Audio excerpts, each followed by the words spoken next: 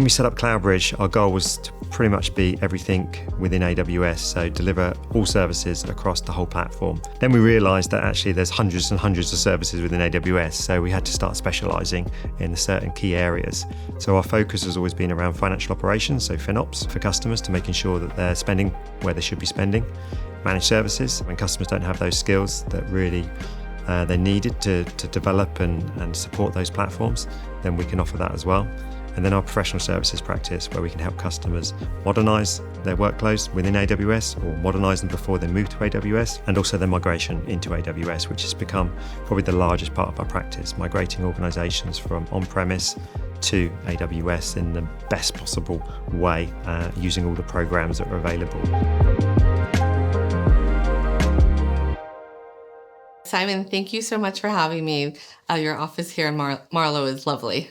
And really what inspired me about your story is really how you work across the different AWS business models. And so, being able to work across those business models, one of the things I wanted to hear from you is, what are the trends that you're seeing across customers and how has it really shifted? So the trends we're seeing currently, it's really shifted since the VMware acquisition by Broadcom, and we're starting to see organizations really look at cloud as an alternative, particularly with some of the price rises we're seeing across our customers.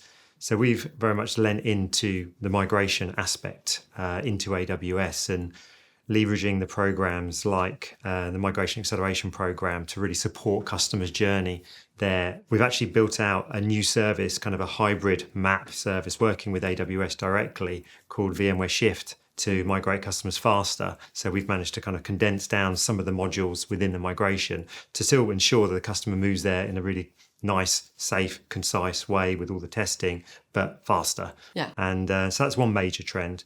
Another area we've seen is organizations not just wanting to pick up and drop. Organizations want to modernize.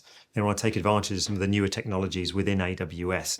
Want to be serverless architecture, want to be at scale, agile. They want to be more competitive with their actual peers within their own markets. Are you seeing a difference in customers doing the modernization first then, instead of just focusing on the lift and shift and the migration piece, really then that modernization to help drive the business transformation? So some workloads, 100%, we're seeing customers prefer to modernize because their words is, we don't want to migrate rubbish.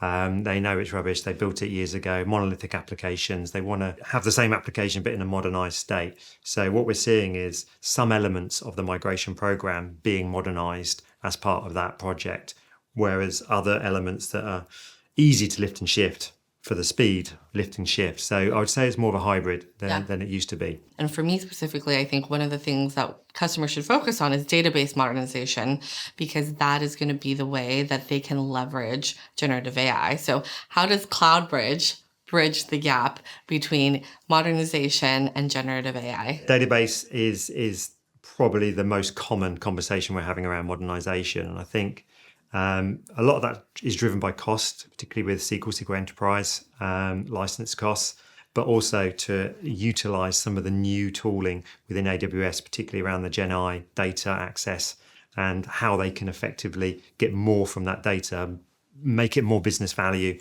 to them. And obviously by modernizing and using these new technologies, it's not just the benefit of saving money on the licensing and being more scalable, having a managed service potentially wrap around it, but also all the benefits of getting more data out of that traditional big unstructured data. They're actually using that data to feed their business, to grow their business and get more information out of it. What you said earlier, it actually rings true, to be able to move the data over, whether it's unstructured or structured data, and then be able to feed that into like Amazon Bedrock, working with the foundational models, as well as an Amazon Q, to then be able to really kind of innovate for themselves depending on what different use cases that they have. So what are you seeing as well in terms of being able to help drive that more efficiently? What we see is customers want to run straight to, I want to use Bedrock, I want to use all the foundational models, but not actually realize that the key part is the data that sits within the database. So the modernization conversation around databases is front and center of everything we talk about, because it essentially opens the gates to utilize some of these really, really cool models that can drive more value out of those data sources that traditionally have just been kind of bundled up in the back room. So when we're talking to customers about modernization, we do talk about cost, but we also talk about the business benefit of the additional services that they can access by modernizing those databases. I think what's interesting about generative AI, the discussion, is that there was like the first discussion, which is around, just doing proof of concepts. And then we've moved to the discussion around production. And then now I think, we're seeing a wave of, okay, we're in production, but now what? And so I'd love to hear from you, like, how do you drive customer success? I think a lot of partners where we all got super excited about it, thought this is going to be big. We're going to make loads of money out of it, and then start doing workshops and getting customers to POCs, but then struggling really to get them beyond the POC stage because of the data issue, really. So we kind of went back to the drawing board and have built out our own platform around data structure management, using a whole bunch of tools within AWS to do that. But we can take data sources, structure them, and then enable us to have output that one of the large language models can interrogate and actually get valuable answers out of. And one of the problems in-house was with the project management team. They had to go to 4 or 5 different sources to book a resource for an architectural project to find out if they're available, do they have the skills, what project are they currently on. And with this tool that we've built, we can pull all this data from all these different sources, and then the project manager can just ask the question, I've got a project, it's on Anthropic, and the customer's got all this data, and I need someone to do this on these dates. And the tool will go out, find that information, and then give them all the architects that are available, when they're available, what skills they have, and their email address and contact number. Yeah. Saves them about 10, 15 minutes of their time. If you multiply that across kind of 50 project managers and 10 projects a day, it's just like this huge amount of time that it's saving. So we can go back to those customers what we've done these proof of concepts for and say, actually, we can structure your data for you. We can help you with that. And then they can just work on the benefit of the output. Like, where are they driving efficiencies with this intelligence that we're providing them with this tool set?